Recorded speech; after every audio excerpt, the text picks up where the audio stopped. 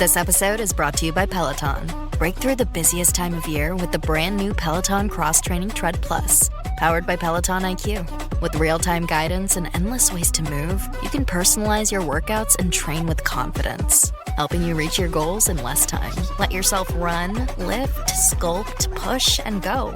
Explore the new Peloton Cross-Training Tread Plus at onepeloton.com. Have you ever found yourself looking at a job post and thinking, I'm perfect for this, but am I too perfect? It's a real fear for so many seasoned professionals that all your years of hard work might actually be seen as a negative. But what if the problem isn't your experience, but how you're packaging it? Let's get into it. Right? Let's just ask the question that's on everyone's mind. You see that role, you know you could absolutely kill it, but then that little voice creeps in.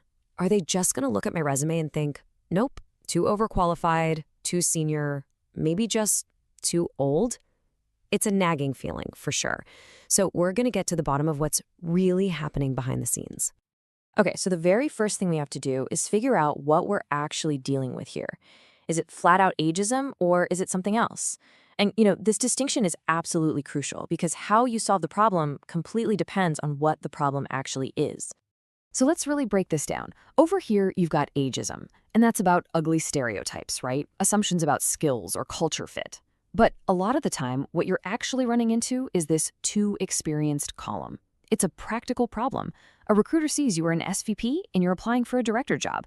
Their brain doesn't go to age, it immediately goes to money. They think this person is going to cost way too much for this role. It's all about a perceived mismatch.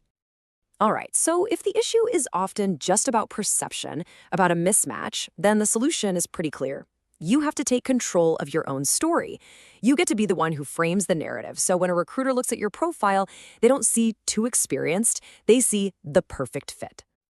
Now, this first piece of advice might sound a little intense, but trust me, it's so powerful.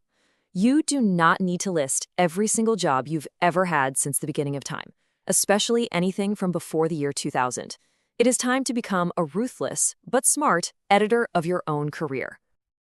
And the process is actually pretty simple. You just look at your entire work history, find those really early roles from way back when, and then you just get rid of them. Seriously, delete them. Not just, shrink the font, remove them completely. The whole point is to get rid of the clutter so their eyes go straight to what's most relevant and recent. Okay, let's talk about a core idea that will honestly change how you build your resume from now on.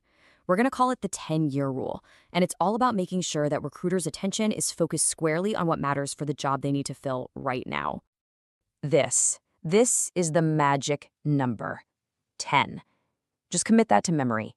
10 years. This is going to be your new North Star for what gets top billing on your resume. So here's the rule in a nutshell. Recruiters, for the most part, really only care about what you've been doing lately. Your accomplishments from the last decade. That's the stuff that proves you're ready for the job today. Everything before that, it's just ancient history to them. I mean, just think about it for a second. The world of work was completely different before 9/11, for example. The tech was different, the strategies were different. The chance that your experience from back then is directly applicable to a role today is, well, it's pretty slim. So you've got to put all your focus on your recent, most impactful work.